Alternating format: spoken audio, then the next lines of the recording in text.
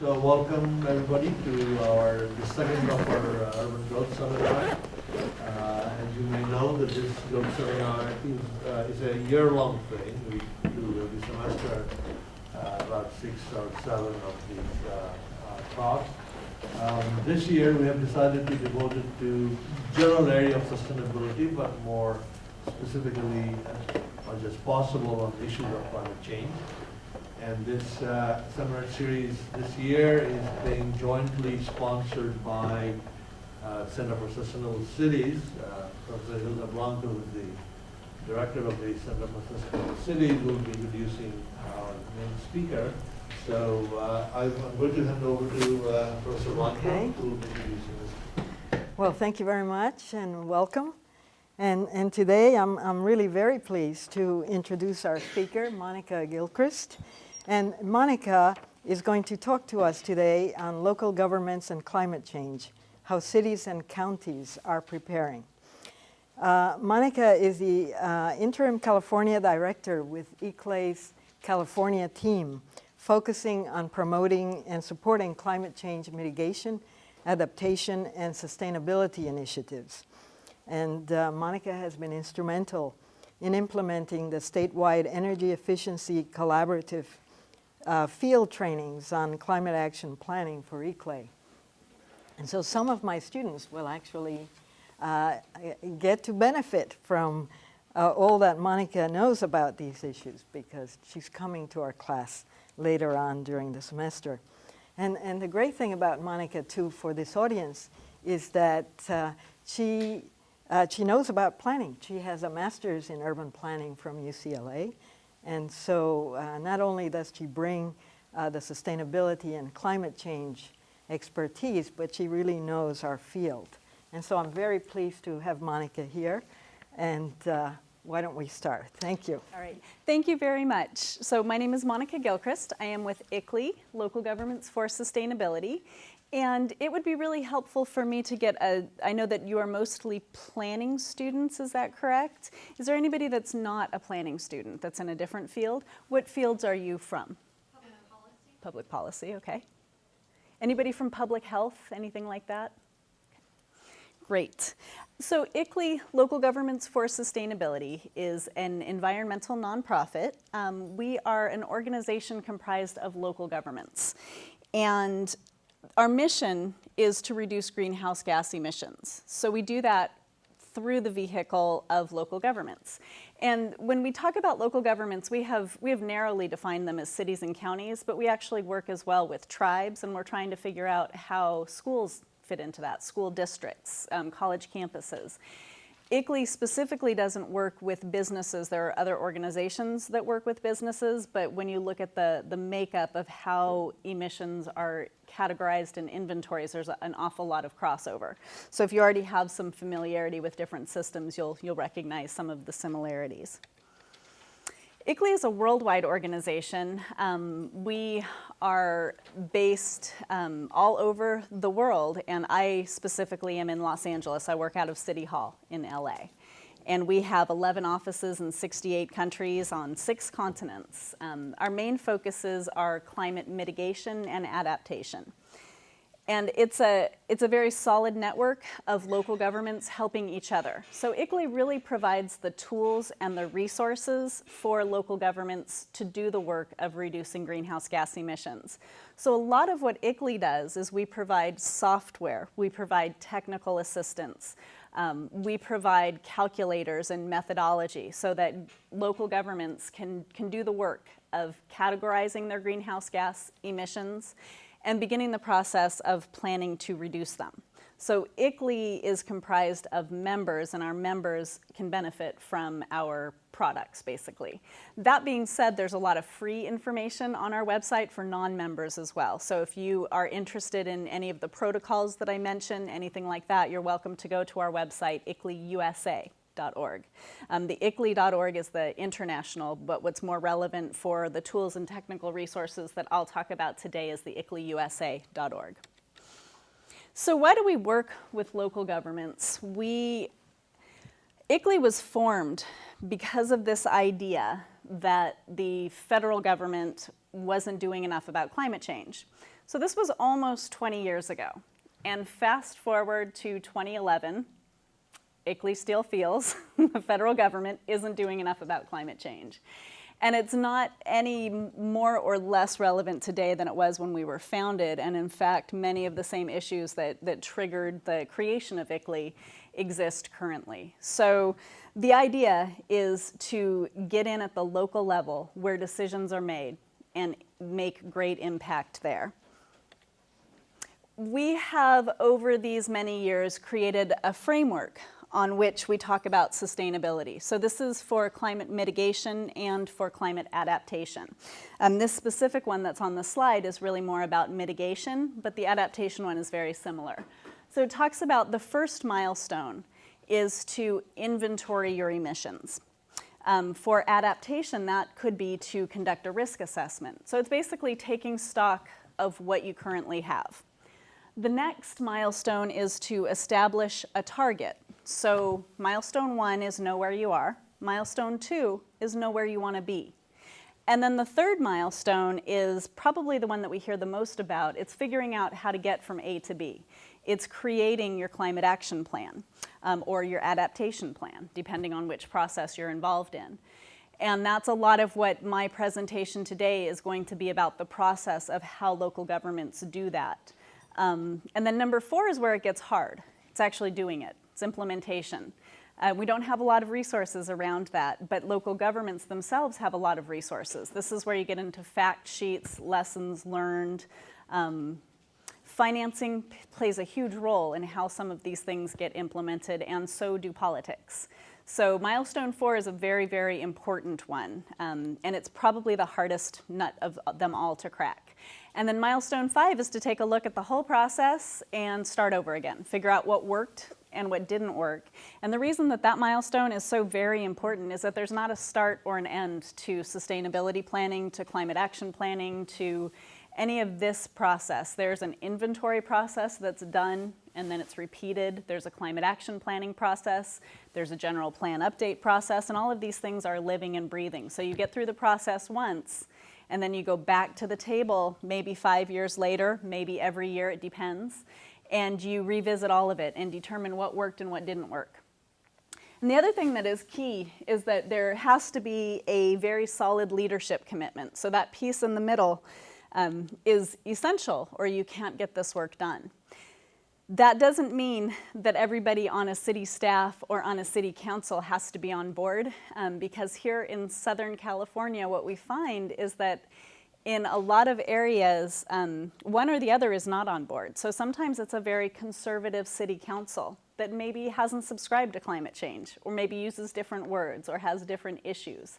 But there's a staff that's very knowledgeable, so they're able to push using different language, using energy efficiency. Calling the exact same thing by a different name can sometimes get it done.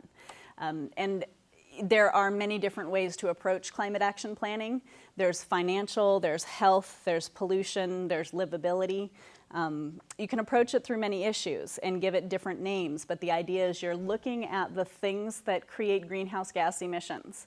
And those things are frequently the same things that you pay bills for. Their energy use, their fuel use. So there's different ways to tell this same story, but that leadership commitment is key. But it doesn't have to come from the most expected places. We've seen some incredible success in areas where local governments have just a single champion. So what is a greenhouse gas emission inventory? It is, I like to call it, it's almost your taxes, your energy taxes. It's the same as when you fill out your forms and you submit your taxes annually. You go back and you look at all the money you spent by looking at your receipts. A local government does a very similar thing. They go back and they look at all the energy they purchased or made for the year through their utilities. So they look at their electricity, their natural gas, the fuel used by their fleet, process emissions from things like wastewater, landfills. Then there is the very hard to figure out transportation of the public sector, and those data sources come from a variety of different places, transportation agencies being the main one.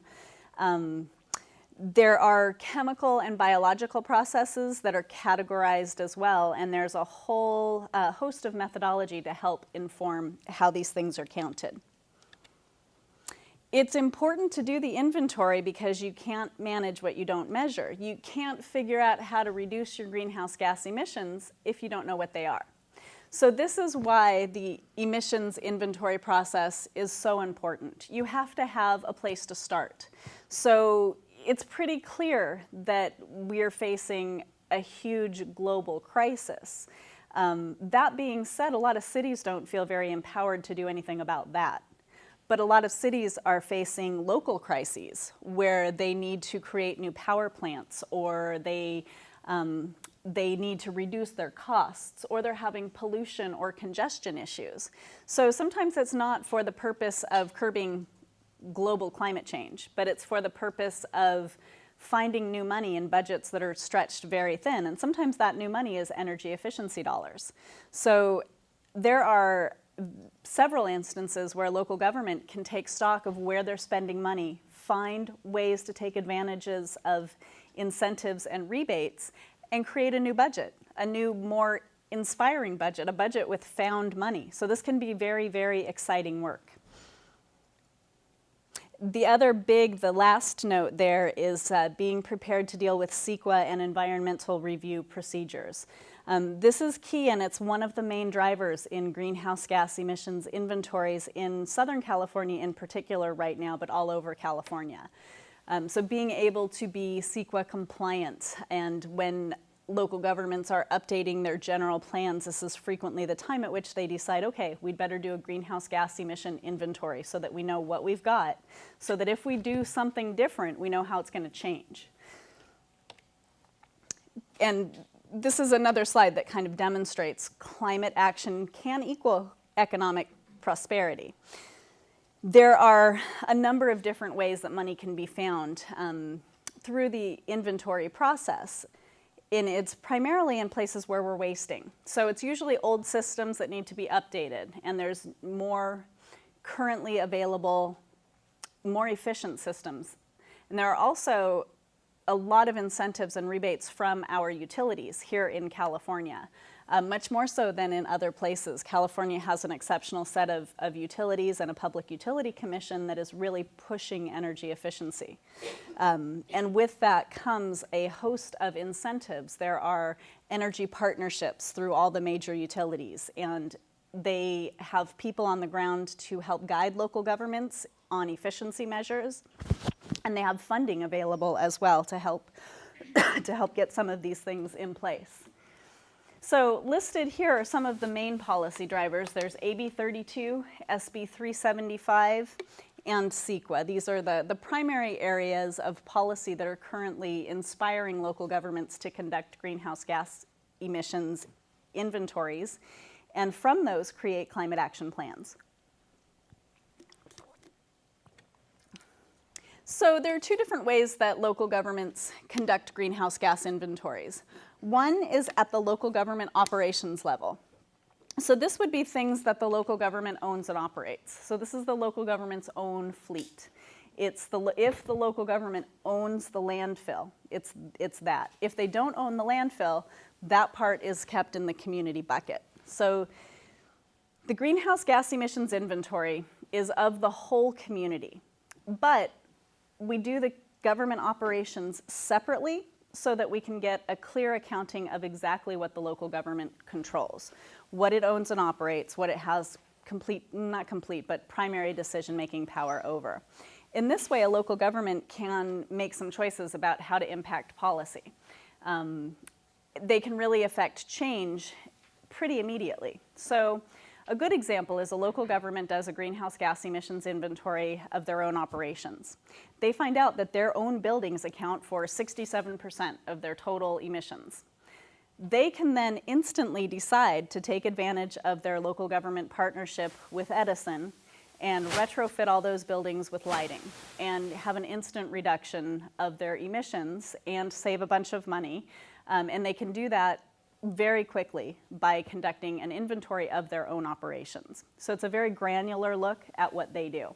It's a small part of the bigger community inventory, but it's done separately so that it can be accounted for very methodically and in a very granular fashion. So it's not that the whole thing's done and then that's extracted. The actual methodology is different. And generally speaking, for most local governments, the local government operations is the small yellow circle. It's usually about 2 to 4% in California. In other states, it's different. Here we have environmental regulations that make local governments pretty efficient to begin with. So although that yellow spot represents a small fraction of the total inventory, it's a very important one because it's one that the local government can change. And it's also that leading by doing it themselves kind of idea as well. Here's an example of community scale emissions. So this is kind of the pie chart once you get through the emissions process. And this is relatively typical. They change depending on the makeup of a community, right? A tiny community that has no industry is going to look very different than a huge metropolis, is going to look very different than a primarily agricultural area. So all those things they all are considered when you look at the pie chart of a given community. That being said, you'll see a lot of consistencies. For example, Southern California cities of mid-size, generally their pie charts look roughly the same, unless they have their own utility, unless they have some specific industry. So you can kind of begin to get an idea of what local governments look like. And you'll see this one's pretty typical. The municipal operations make up 3%. Transportation is 30%. You see it in Southern California anywhere from 30 to about 70%, depending on the local government. Commercial and industrial are about 31% here. And there's a lot of differences depending on which models are used for transportation and exactly which assumptions are made. And that's one of the big sticking points right now in inventories is which transportation model is the most accurate, which one will help the local government make the best decisions in terms of reduction strategies. Because that's the point. The point of doing the inventory is to figure out how to reduce emissions. So you want methodology that's consistent, that's comparable, that's transparent, and that can really help drive the decision-making process. Here's an example of local government operations from the city of Santa Rosa. And here transportation accounts for 35%, so that means that they have probably a large fleet and possibly a large public transit sector as well. They have a 5% agriculture. Now you don't see that in a lot of other Southern California cities or California cities. They have a small amount of commercial and residential from their government operations because of how they classified things. So this is things that the city provides to those sectors. It's not those sectors themselves.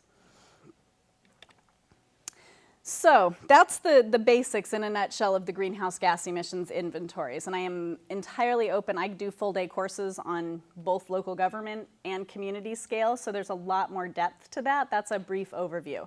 You are welcome to ask questions here today, and you're also welcome to contact me after if you have more questions about this. There is a really fantastic resource that you should know about if you are interested in comparing cities across the state in terms of their progress, who's done emissions inventories, who has climate action plans. And it can be found at the Governor's Office of Planning and Research. So if you go online to, I think it's opr.ca.gov, and look for the Book of Lists. They update it every year. For 2011, they have it, and it's very comprehensive. And you can see the few hundred local governments that have already engaged in climate action planning, what their targets are, when they're doing their general plan update, all of those things. And it's very detailed and it's updated. And it's a great snapshot of what's going on. So local governments use this process differently. They choose to do greenhouse gas emissions inventories at different times, and they choose to embed it in different processes. So which process do they use? How do they select a climate planning process to embed their climate action plan in? It really depends. Many do it when they're doing a general plan update. Many do it just to stay ahead of the curve. Some do it finding in this is following in Northern California, there was a big wave of climate action plans about 2 years ago when there was a lot of funding from the utility. And we're finding that now in Southern California. So sometimes it comes with funding that triggers it. Sometimes it's to meet mandates. Sometimes it's part of general plan updates. It's relatively new to Southern California, although we do have a handful of local governments that have been doing it forever, or forever in climate action planning years. So the city of Santa Monica has been doing inventories since 1990, which is rare. And there are a handful of others. The city of Los Angeles has been doing very robust inventories for about the past decade.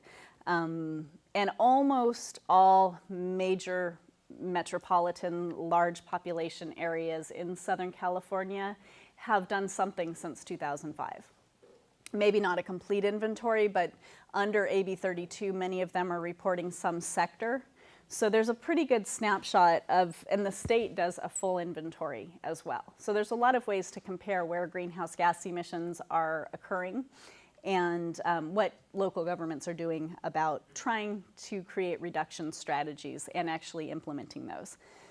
So the planning process really depends on where a local government is at. So sometimes it's a standalone climate action plan, sometimes it's part of a general plan update, sometimes it's one of these energy action plans that some local governments who are energy partners with utilities are inspired to make. It's not a requirement, but they can receive additional benefits. Some do it as part of a complete sustainability plan, but those are really the more progressive, somewhat outlying communities as well, though it is becoming more common. So Pasadena has a complete sustainability plan. Santa Monica has one. The city of LA has some different variations on that theme.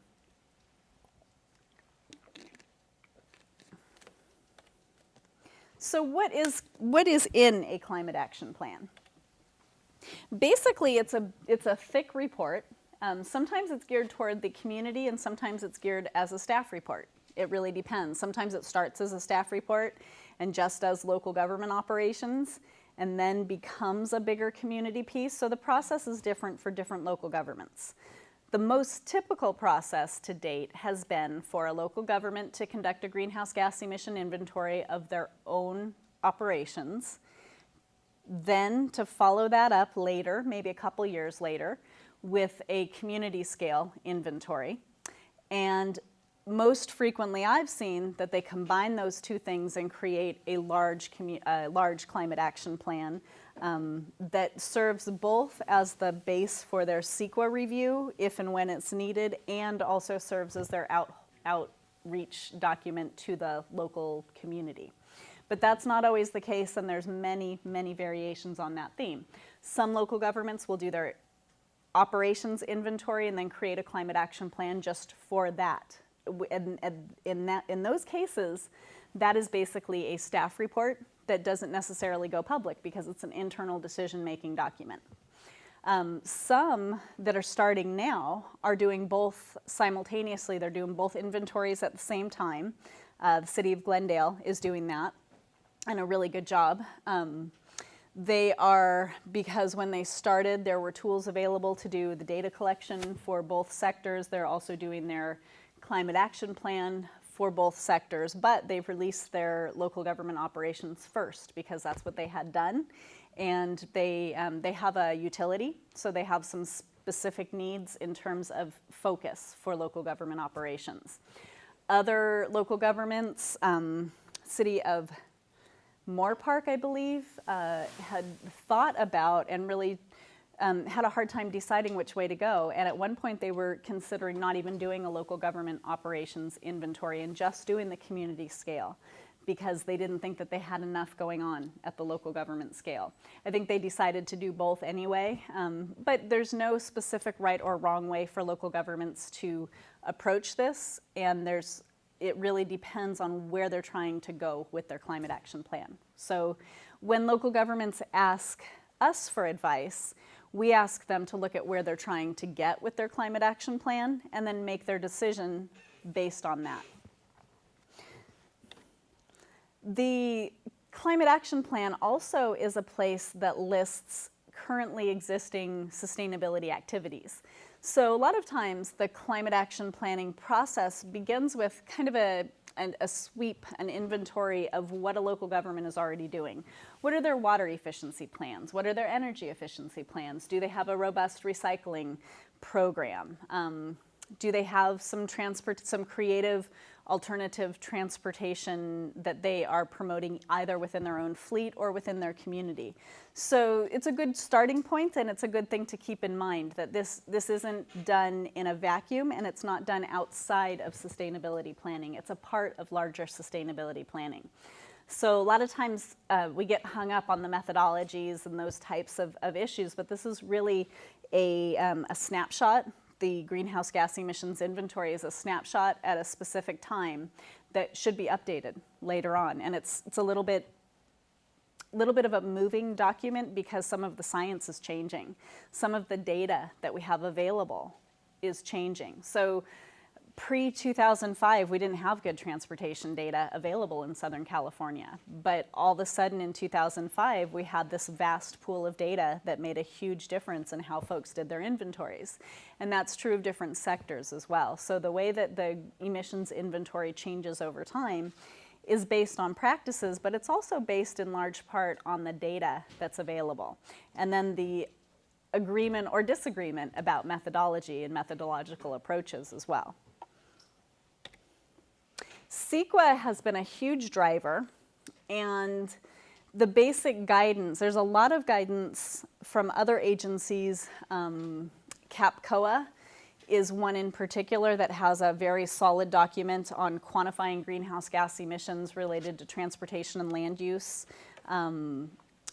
There is a protocol, the Local Government Operations Protocol, that ICLEI, the California Air Resources Board, the Climate Registry, and what was at the time the California Climate Action Reserve, the 4 organizations published in 2008. It's the most used, most referenced protocol currently available that points to the methodologies that can be used to quantify greenhouse gas emissions. It is specific to government operations, but it has a lot of application in the community as well. So currently, in fact, I think I have something about this. Yeah, I do, somewhere. Maybe I took it out. Currently, ICLEI is creating a community scale protocol, and it should be out by the end of the year, possibly into next year. So that is a protocol. It's based on currently existing protocols, but greatly updated to reflect the current needs of local governments. So there are protocols on which to base the way that inventories are done so that local governments calculate in the same way and include the same things, so that when they're using their emissions inventories for things like CEQA compliance, they're using a methodologically accurate document, or comparable at any rate. And then when we change methodologies, we all can do it together. So that's the idea behind the protocols and the approaches. Now, not everybody uses the protocols. There are certainly other ways to calculate that are perfectly acceptable. The main thing that needs to be demonstrated is transparency. So if a local government does choose a different method, that's not all bad. There are things that the typical protocols simply don't cover well, primarily consumption. So a lot of local governments who have been in this game for a while, who have done a number of different inventories for years and years, Santa Monica, San Francisco, these types of local governments, they get to the point where they think, what is our farmers market doing? That's not counted in our inventory. What about what the people in our community buy? How do we account for that? So you hear a lot of these philosophical conversations that kind of go along the lines of, okay, so our residents consume all of these goods, but the emissions are actually accounted for somewhere far away. So and folks, as they get more progressive and they get more different stakeholders involved, they really want an accurate accounting. So traditional methodologies don't necessarily do a good job of that life cycle, that consumption-based methodology. The new community protocol that ICLEI is coming out with begins to touch some of those questions. It certainly is not going to offer a complete answer to those questions, but it certainly addresses them. The development of the community scale protocol has been in process for about a year and a half. It's over 100-member stakeholder group, folks from all of the major agencies that deal with this and local governments. The EPA has been a big player in that as well, and they have a climate materials management forum that has really pushed the issue of the consumption-based methodology.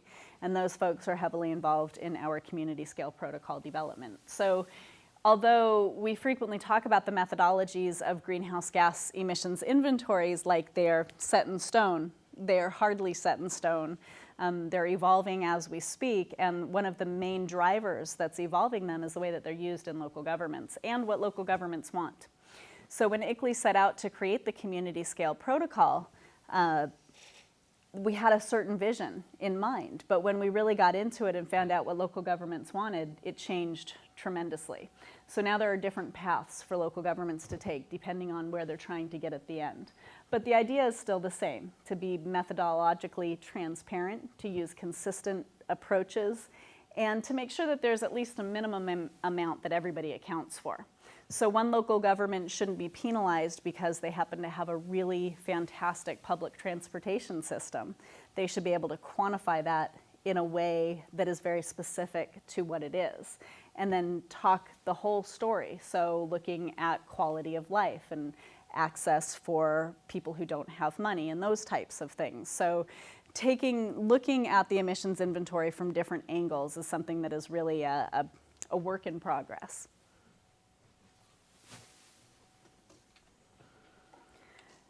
So internally in the city, the folks that come to the table to do this are, right now, needs to be kind of everybody. It's one of these processes that can really pull people together. So there's water services, fire department, public health, parks and rec. This is for a number of reasons. One, these are the folks that have the data that you need to do the inventory for. But the bigger reason to involve all of these people is because you need everybody to get invested in the process so that when you do decide to do something with your inventory, your reduction strategies, you have buy-in from the people that need to make it happen. And then there's a bigger process of engaging the community once you get to the community scale. And this process is very important, reaching out to the community so that they also have a vested interest in the reduction strategies that come out of the whole process. You're looking at trying to develop some forms of consensus, and different local governments do this in different ways. The city of Palm Springs did a really interesting outreach effort in which they took an auditorium and they got a local company to donate electronic voting devices, and they put all their strategies up on a huge board, and they had a big presentation about them. They invited Bill McKibben from 350.org to come and give a presentation as well and get everybody really excited. And they used this input of the electronic voting devices to really inform the strategies that they chose to include. And it made a big difference. The city of Benicia has a very interactive online climate action plan that is a living document that they continually get feedback from their community. So once you've done your inventory and you've pulled your team together, and now you start to think about, okay, so this is our baseline, this is what we've got. What's it gonna look like in 10 years, in 50 years? You want a long range, a midterm, and a short term in the best situation. Some folks pick just a long term or just a midterm or just a short term. But probably the best way to do it is to have a short, a mid, and a long range forecast. So when you're looking at the forecast, it's tricky business. It's not exact. It's a lot like economic forecasting, where you put the best information that you have in the hat, shake it up, and dump it out. And it's kind of the best picture of what you think the future looks like. So the census definitely has fed us a lot of information, the 2010 census, about what the future looks like. But the economy has really confused the issue. So you do have a lot of local governments that are finding drastic reductions in different sectors. but they're not feeling like they've met their targets necessarily. They're feeling like things just aren't happening in their communities. So it's important to not just look at the numbers, but to look at the whole picture. And forecasting is one place that we can kind of put the different parts together and give a best guess scenario. There is also the business as usual forecast. So this basically says in a certain number of years, so in 10 years from now, if we do nothing, if no policies change, this is where our emissions will be. And then we create a trajectory. And then, let's see, from there, from your business as usual, then you can take, I think I have a, you can take below that green line, you could put another line of where you want to go, of what your inventory, what your emissions should look like in the future. So you have your what they will look like if you do nothing. And then there's the where you want to be. And in between that is where you get to make a lot of choices and put your strategies. And I think I have a slide about that. When you set a target, it's really based on those things. It's where you are now, where you'll be if you do nothing, and where you want to be. It's an expression of a % reduction below an emissions from a base year by a target year. So there's a specific methodology to figure this out, but it's basically where you want to be, where you are, and there's, from doing your forecasting exercises, you'll figure out what happens if you do nothing. There are many targets that we can align with, that local governments do align with. There are targets that the state has set. There are things that are going on regionally. There are international targets. There are a number of different ways that local governments can make the decision of how to, which target to choose. There's also political will, both from the local government staff, the council, and the community. So there are those communities that push it and they want a bigger reduction goal. And there are those that are very skeptical and not sure how they're going to achieve the reductions. And they push for a slower moving target. There we go. So there's your forecast is the green one, and then where you want to go is the pink one. So in between that space in between, those colors there, those are the strategies that you create from this process. And that's really the meat of the climate action plan. So this is, yellow could be energy efficiency. Here it is connected to those on the left, but these could be anything. These are specific for, this is specific for government operations, street lights, waste, commute, water, fleet, and building. But you could populate those with whatever your pie came out to be and create your reduction strategies. Sometimes the reduction strategies mimic the numbers. So for example, if you have a 68% accounted of your emissions inventory came from buildings, then maybe a big chunk of your reduction strategy will also be in that sector. But that's not always the case, because sometimes the pie is exceptionally skewed toward transportation, and that's not necessarily something that the local government can do a whole lot about. So in that case, they might focus their energy elsewhere. Lots of things go into play. So this is how Sonoma County has done some visualization of the impact of their strategies. These different lines are showing different scenarios. So the top line is business as usual. That's the black line. So if nothing happens, no reduction strategies, that's where they end up. Then if they only do efficiency, that blue line is as far as they'll get. Then if they include transportation into that picture, they'll make it down to that yellow line. But if they want to reach their target level, that star down there, they have to do efficiency, renewables, and transportation. So in order to achieve their goals, they have to hit all their sectors. And these are the types of analysis that are very, very important, because you can't throw out, okay, we want to reduce 15% by X year, if you don't really break it down and start to figure out where you can get the reduction. The other kind of exciting thing is that there are some new policies on the books that are moving local governments, that California has put in place, that are moving local governments toward their reduction strategies without them even trying. So there are different CAFE standards, different things that are starting to show up now that when we do forecasts, we can plug in and say, okay, so here's business as usual, here's what the state's doing. Now, if we just do this, that's all we have to do. And that's kind of exciting for a local government to feel like, okay, the state is helping us out here a lot in sectors that we can't control. Now we only have a smaller amount to go to reach our target. And that's really helpful in pushing this conversation along. So again, this is just another way to look at it. This comes from our CACP software that helps local governments categorize their inventories, their emissions. And so these are the different sectors, and then here's what happens with a 15% reduction, 40% reduction, 80% reduction. So a lot of the planning process and figuring out what to do with your inventory is playing around with these types of numbers to see where you can get by doing what. Adaptation is a huge piece of this conversation. So you do the emissions inventory, and then you create your strategies, your forecast, your target, and you have your climate action plan. So that is a whole conversation about reducing emissions. Another way to frame that is reducing dependency on the grid.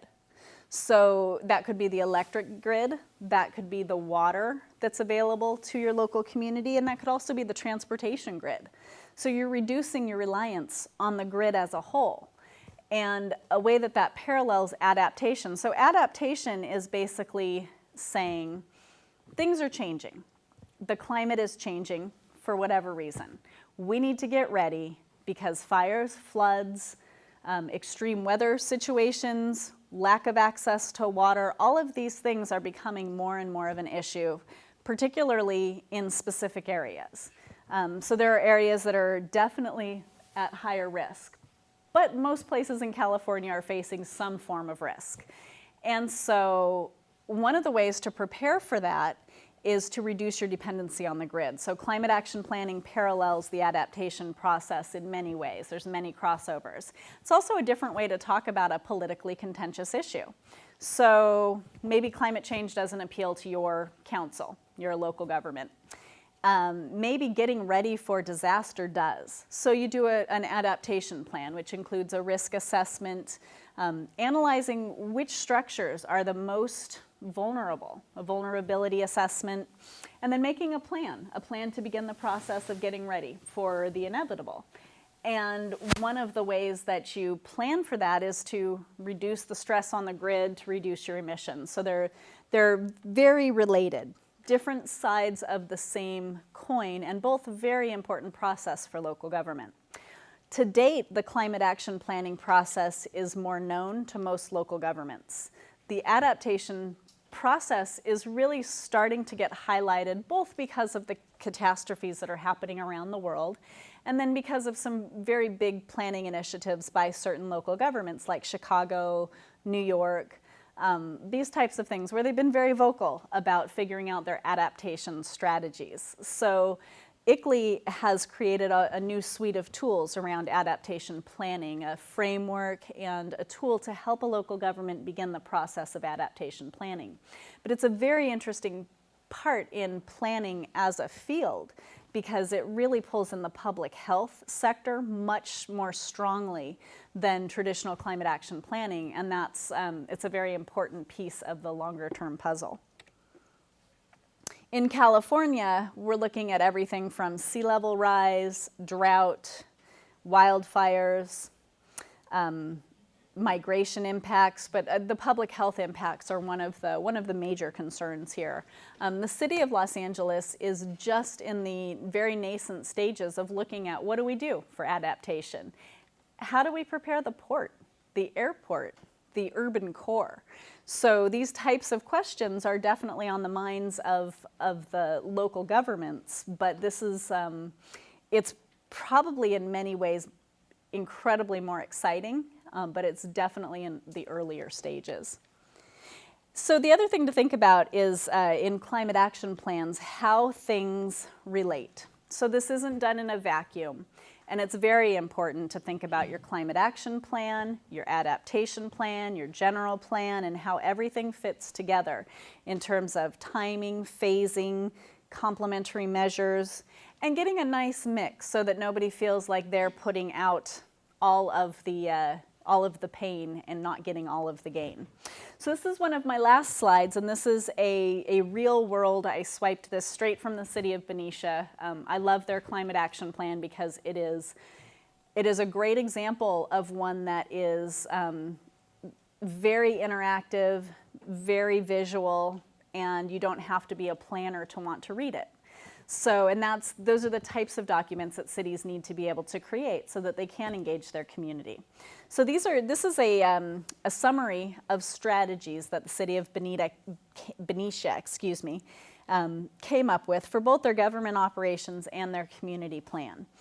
So some of the things that they chose were reducing their municipal fleet of emissions 20% by 2020, reducing municipal transportation infrastructure related emissions 50% by 2020, increasing bike and pedestrian mode share by 2020, public transit ridership, etc. So I like this slide a lot because it shows a lot of what we've talked about.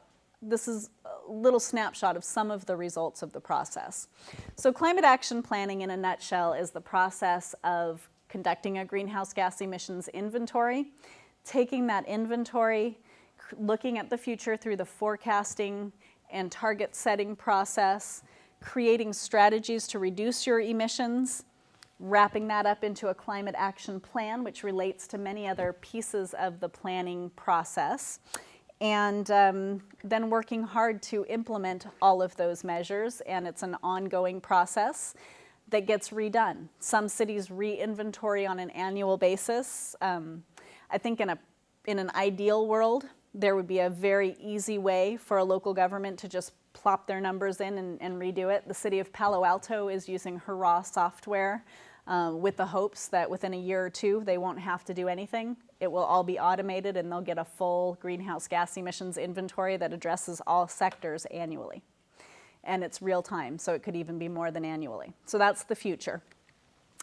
For now, most local governments are using their utility bills and scratching it out in Excel worksheets and software and producing it every 5 years or so. That's probably most typical. Great, so I welcome any questions, and if you have any questions or follow-ups after this, my contact information is up on the screen. Thank you. Okay, I'll be very brief because I'm sure that you folks have lots of questions to ask.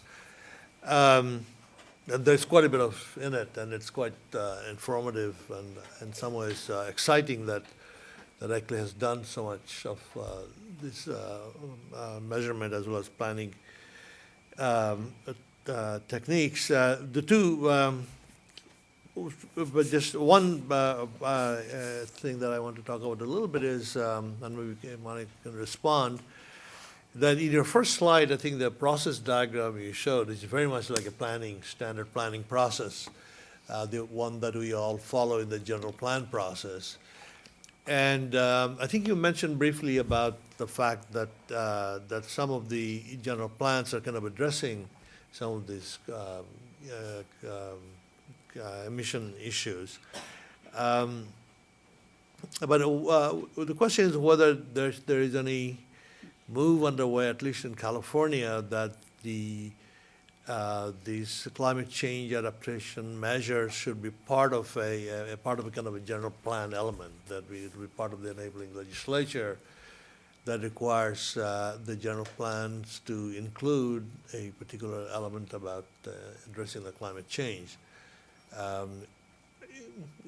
You know, now we have there are a whole bunch of elements that have been added in the general plan requirement, so maybe it's not feasible to think about some of that. The other interesting question is that You see, what percentage of the communities that are part of the membership now, that cities of ICLEI? Of ICLEI, about 25% of in the California. population. So one of the interesting things might be interesting to see, again, I'm thinking kind of in a research mode, to what extent the ICLEI cities, the plan that they're producing are much more effectively addressing these issues about climate change versus cities those that are not members of ICLEI because they have not received, they have not become a member, they have not received all of your. And I'm reminded of a study that was done by Phil Berkey and Maria Conway from University of North Carolina some years ago. It was published in JAPA, where they randomly looked at a bunch of general plans, and they had a sort of a criteria, although looking at a kind of sustainability kind of goals. And so they had a sort of a way of kind of evaluating the general plans as to what extent they are approaching or addressing the sustainability issues. And they found that there's a group that's in the goal statement, they say, yeah, we want to have a sustainable community and things like that. And then there are other plans that address that kind of business as usual.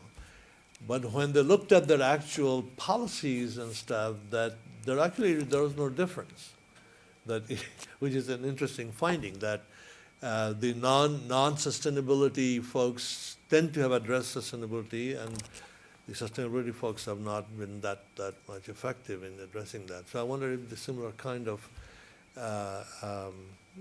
results might be pursued in your case also, kind of a... This is a great question. So I'll start by attempting to answer the first question, then come back to that one. So the first question, in terms of the future of general plans and possibly incorporating the greenhouse gas emissions inventory into that process, I think there's a lot going on right now that could certainly point to that. The Attorney General's office, the Office of Planning and Research, the folks that oversee this process currently are issuing non-committal guidance. So their guidance is very general.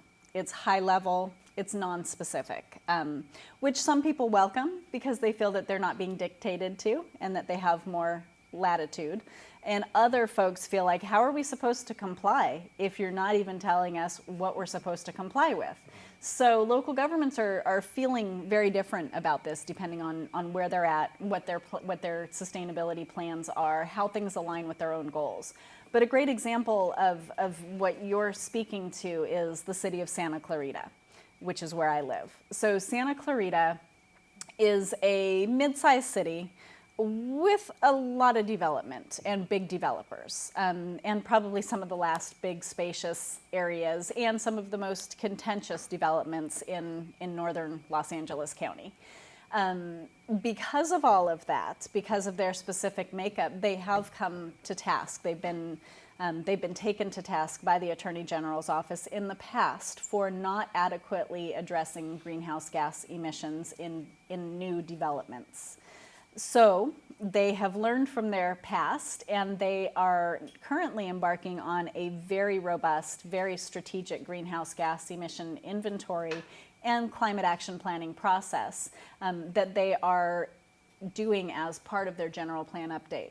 So their general plan update, One Valley, One Vision, just got adopted by the council, just got passed. Nobody's sued it yet or against it yet. And simultaneously, the Attorney General's office has guided them that they need to do they had to do it before the general plan update. They had to start it even before. And that it had to be a very specific process, a very transparent process, and they've done a very good job. But all of the guidance that they've gotten directly from the Attorney General's office has been that it has to be a part, treated like an element of the general plan. And they were very specific about that. That being said, there's no guidance that gives that as a blanket, so that could be specific to that type of a community that's facing that type of development. But many cities with different development scales are doing it in that manner as well. So the city of Pasadena is treating it the same. They treat it on an ongoing basis as an element of their general plan. So when they do their update of their general plan, they have it embedded in that process to update their emissions and their climate action plan as well. The guidance around CEQA, greenhouse gas emissions inventories, and climate action planning will evolve quite a bit over the next 6 to 12 months. All of the major agencies are, and that's because of where we're at in the timeline of AB 32 and SB 375. So as those policy measures move forward and get more robust, the guidance coming down from the major agencies is becoming more defined. The other thing that's happening is that the litigation dust is settling. So those cities that have been taken to task, there's now documentation about why, what the guidance was, and what the next expectations are. So I do think that we see it in the future in the general plan update, and that's likely where it belongs. For some local governments, they all have such different planning processes, it's hard to tell. On the other, about which process yields which results, you know, local governments come to climate action planning for very different reasons. So they use very different tools. And a great example, Burbank, the city of Burbank is not a member of ICLEI. They've engaged AECOM to do their climate analysis. Their neighbor, Glendale, has only used ICLEI. They haven't hired a consultant. They have an in-house intern who was working as an intern, got hired full-time as a planning assistant, and almost single-handedly has driven the process over the last year using all ICLEI resources. No outside help, and she had no experience. They have come to almost the same place. Glendale spent a lot less exterior funding. Glendale spent a lot more interior dollars, but they've come to about the same place. Burbank has some much more robust analysis around water. Woodbury University got involved in that as well. And Glendale has probably some more robust analysis on their utility because their utility really stepped up to get involved in this. So here's two different cities that came at very different approaches, very different angles. They agreed on the basic principles and protocols, so they both used local government operations protocol. But one had an external hired consultant, one was driven completely internally, neighbors. That being said, the whole sustainability world right now is being tipped back on its head, which has happened historically a number of times, I'm sure the literature reveals. But the Tea Party is calling out sustainability in a very blatant political manner.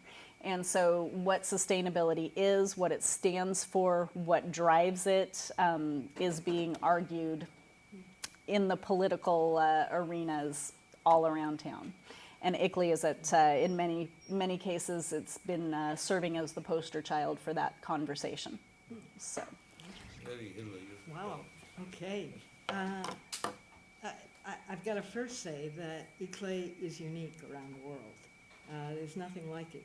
It's the only organization that provides planning assistance to local communities, and it's been, I mean, it really sets the standard in a real sense, and I think it's really challenging the planning profession. First of all, I think ICLEI is the only I mean, we can say national, but also international planning organization, association. We don't have anything like this. We have advocacy groups for state planning type of organizations in places like Washington State or Florida and so on. Friends of Oregon, for example, Friends of Florida, that kind of thing. But they're more advocacy. Actually, what you're providing is really planning assistance to communities in a sense, but it's not the regular type of planning. And I guess that's my second comment, is that in a real sense, you are frontally challenging the planning paradigm, which is the urban general plan, you know, back in the 60s from T.J. Kent and so on. And planning in a real sense, you know, what planning can be characterized as accommodating growth given existing land use and infrastructure. And what you're doing two things at least, I mean several things, but with the mitigation planning, what you're doing is developing an integrated energy efficiency type of planning. And so that in itself could be incorporated into an urban general plan. And that's what you brought up in a sense, and what is being discussed. And you know, basically I think you would prevail in getting that as a required element in an urban general plan, at least in California. I don't know about other places, but I think with the sustainability planning, now that seems to me to be an alternative paradigm to the urban general plan altogether. Because here it's not just energy efficiency, it's efficiency in all the other sectors, but it's also the environmental conservation issues, and it's also the social equity issues. Right. That we haven't really dealt with in the urban general plan. And so every time we try to insert, you know, another element, that's fine, but it's still, the very mission of it is different altogether. Well, and it sometimes can be conflicting as well. Exactly. So a great example is the city of Santa Monica. I recently, probably 6 months ago, heard Shannon Perry from the city of Santa Monica give a presentation in which she said we had to make a choice in terms of creating a more robust big blue bus system, or keeping our emissions numbers low. Because by creating more big blue buses and a bigger big blue bus system, they increased their emissions substantially. But it's not a numbers game that way. For them, they're looking at sustainability from all the legs and all the angles. So they're looking at equity issues as part of their broad sustainability plan. But if they were just looking at emissions, they would not have made that choice. So this has to be a tool. It's something to use that informs a bigger vision of planning. And it can't be done by itself, and it can't be a numbers game. So those of you that are familiar with green building certification have heard about the LEED, the Leaders in Energy Efficient Design. The LEED rating system is phenomenal in what it's done for green building. It's pushed the envelope in a way that few systems have. That being said, I worked in green building at a time when getting your numbers was such a game that there was a black market for car chargers when electric cars didn't exist, so that people could buy a point to get their rating. And that's not what this is about. This is not about buying a point. It's about equity and efficiency. It's about sustainability as a broader concept. It's not about a numbers game with the emissions. And so one of the things that ICLEI does is it provides protocols and methodologies and standardization for how do you quantify these things. But then we also have the STAR program, which is really a much broader sustainability platform. It looks at sustainability from 88 different points. So it's much different than just energy efficiency. Even a greenhouse gas emission inventory can be a much broader sustainability platform if you choose to incorporate all these other things. It's a lot harder to go that way, and it's not as comparable. And sometimes local governments do run the risk of putting themselves at risk. The more you quantify, the more you reveal what you're doing, the more you could be told you have to reduce it, because you now have a baseline when other cities don't. So that's another place that we have to be very cautious and help our cities. We have to, and AB 32, there's a couple of paragraphs that basically say, this law is not intended to hurt early adopters. And that's it. It doesn't give anything else. It says, and we will protect early adopters by doing X, Y, or Z. It just says the intent of the law. So you have local governments trying to do really good things, but they are putting their neck out there. I mean, the more that, you know, we as people, if we do our taxes and we put them out there and we show everybody, we're pretty vulnerable. We can, you know, our mom knows then what we're spending. Our neighbors know, you know. These are the things, I mean, and corporations are already in that boat. But this is one of the places that emissions inventories and climate action planning is evolving. And it's one of the ways that you as students going into your careers can shape it. you can be very mindful of policy as it comes through and see how all of these different pieces interplay. It's one of the places that we get lost along the way in planning. A lot of the times we get single focused on our issue, whichever that issue is, and it's one of the things that makes it very challenging. But it's one of the very things that makes planning so unique in and of itself, is that planning is intended to look at the big picture, all the different pieces. And climate action planning can certainly feed that. Maybe you should take some questions. Yes. I have a question about cities that on the surface look like they're doing something. You can find the documents, but if you look underneath, it's like the Wizard of Oz. You know, there's actually very little happening, and I'll give you an example because I know it very well. That's the city of Los Angeles. You can find, especially in the mayor's section of the website, detailed documents dealing with sustainability, several hundred pages long. You can find scattered documents throughout the city's website. But if you look at the Department of City Planning, its general plan had a horizon year of 2010. It was way over the actual population and housing that was produced based on its original 1990 base year. There's no plans whatsoever to update that general plan at a citywide level. The city required itself to monitor annually that general plan to deal with the demographics, housing, and the effectiveness of all the policies and programs to make mid-course corrections. There hasn't been any monitoring for 12 years. There's no plan to resume monitoring, and the city is being challenged in court to resume monitoring, and it's using all of its legal resources to stop any monitoring effort. But yet, if you look at the city of LA, you could think that, oh, this is a great city. Look at all these documents that you can find on the on websites. So is this an unusual case of extreme dissonance between the actual planning process and the appearance to the outside? I don't think that there's much about the city of LA that's typical. Really, when you look at what the city itself, I mean, just the quantity of emissions that are involved with the city's operations are a complete anomaly compared to any standard city. But it's typical of a mega city. It's a huge, huge city, and it's a political, you insert the word, mess, nightmare, maze, however you look at it.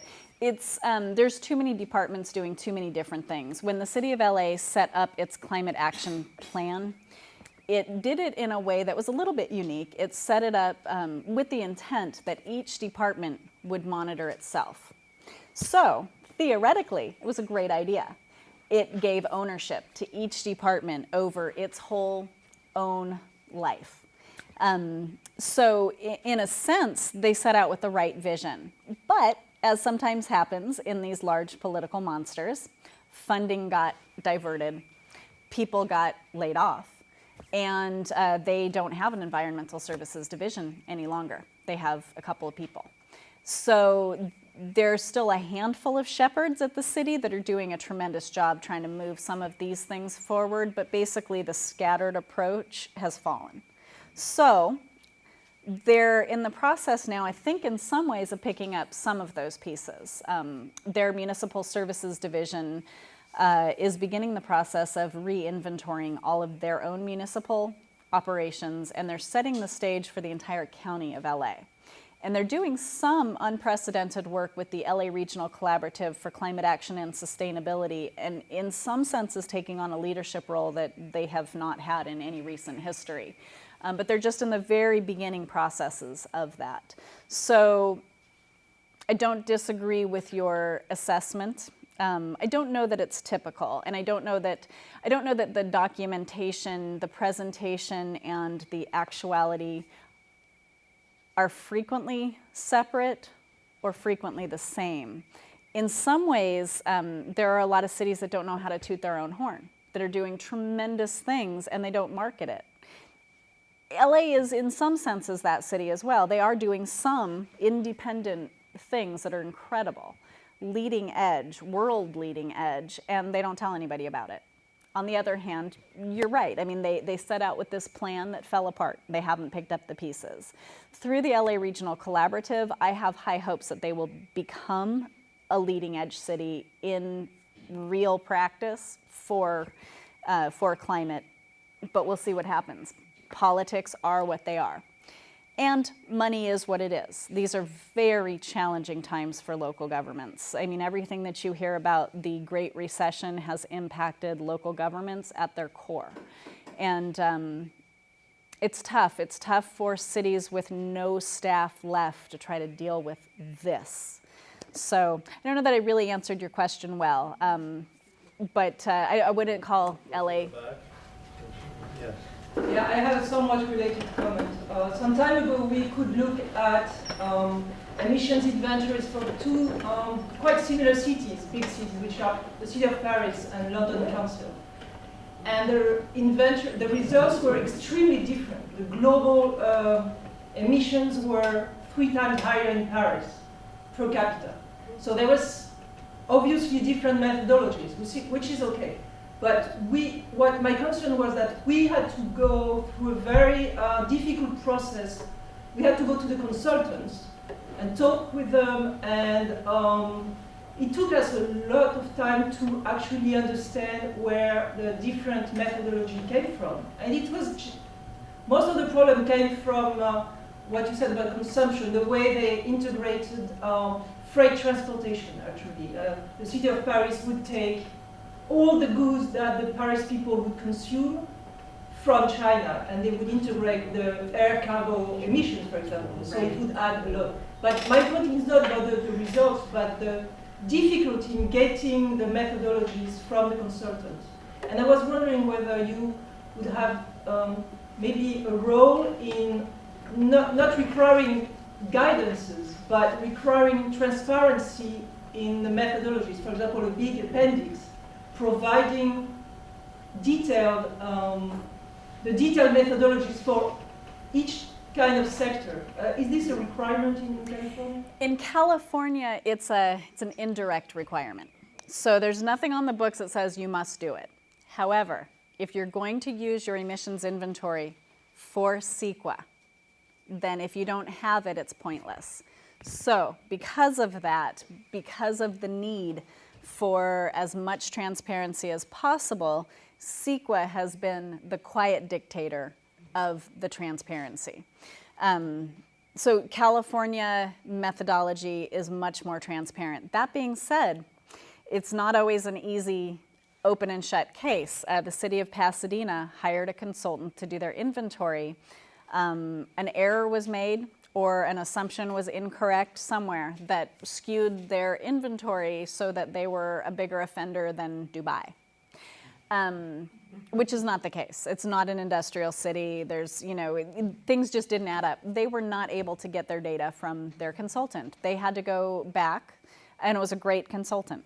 So it wasn't even some fly-by-night firm. It was a fantastic consulting company. But these things were not done in a transparent way. So they're starting from scratch using ICLEI's software, using students from SC, and they're redoing the whole process, hundreds of thousands of dollars down the drain because of a lack of transparency. So it's an unfortunate situation that happens. The main thing that ICLEI is doing about this right now is we are working on establishing this community protocol for the US, but we are also in collaborations on an international protocol that will address exactly that, that will provide the exact accounting that is necessary so that everything is transparent.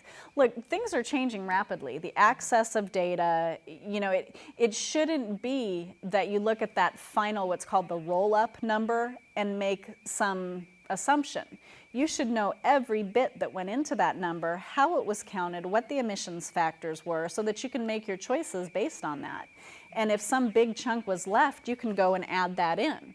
Or if some other extra thing was given, you can take it out. It should be a very transparent process. It should not be hard to update. It should not be hard to change. But the lack of standardization has made this a problem, both in the US, in California, and across the world. And I don't know that we're going to fix it, but we're really pushing that conversation through the development of the protocol in the United States, the community protocol. But there is a much larger conversation going on at the international level that ICLEI is a big part of, that includes ISO and all the major players, so that hopefully soon there will be an international standard as well. Deepak, and this brought us to the last question. Do you think that with the kind of resource constraints that the municipalities are facing right now, that the less affluent communities will be left far behind? So you might actually inadvertently create kind of these inequities, whereas the rich communities like the Santa Monicas and the Pasadenas will have good climate action plans, but for lack of better, the less affluent communities will have nothing to show and literally no strategies in place, are kind of creating again a kind of gross inequity. It's a problem because, as we know, a lot of the emissions that are happening in poor areas. They're happening in an inequitable way. So this is a problem. There's no great way to address that. The only things that I can say to that is that membership in ICLEI is based on population size, not income. So the access to the tools is not necessarily skewed, but it could still be problematic. ICLEI has set it up so that local governments could do it themselves. Our tools and our technical resources are such that if the local government had the time or dedicated the person, like Glendale did, that person could use all of our tools and resource with no added cost and do all of their climate action planning. That being said, it's not every local government that has a person to dedicate to this that can, especially when it comes down to choices like maintaining parks or schools and doing a greenhouse gas emissions inventory. The utilities have special programs that are funding at-risk communities to do climate action planning or energy efficiency. So that should help that a little bit. It's a problem that there's not it's not being adequately addressed is probably the best answer. In LA, one thing I can say is that the county is really driving a regional effort that will include all cities and unincorporated LA as well. So there's an effort underway right now to do a 2010 inventory of all 88 cities and unincorporated LA. It's being led by a very competent firm called ICF, and the results of that will be such that we have a very good regional snapshot when integrated into work that's being done at the university level as well. I think within about a year, we're going to have a pretty darn good idea of what's going on in LA across the board, regardless of income and otherwise. This, however, though, is where public health really needs to get involved. We need to know where these emissions are happening. So it can't just be, data punched into a computer. We need to know the zip codes that these are coming from. And this is a data privacy issue that we've been battling for a long time. The utilities don't want to give local governments necessarily all of the data that they want because of privacy issues. But if you don't have the data on a granular level, and you don't know where the emissions are coming from, then you don't know where the pollution is occurring. It's not always one for one, but in some senses with some types of emissions, you are actually talking about pollution centers as well. And many of those are in poor minority areas, and so they need to be treated differently. And the cap and trade issue is a huge one because you can't, it's a whole nother topic, but it needs to be addressed. It's a very important issue, and it's not being adequately addressed. Well, thank you so much. Thank you very much.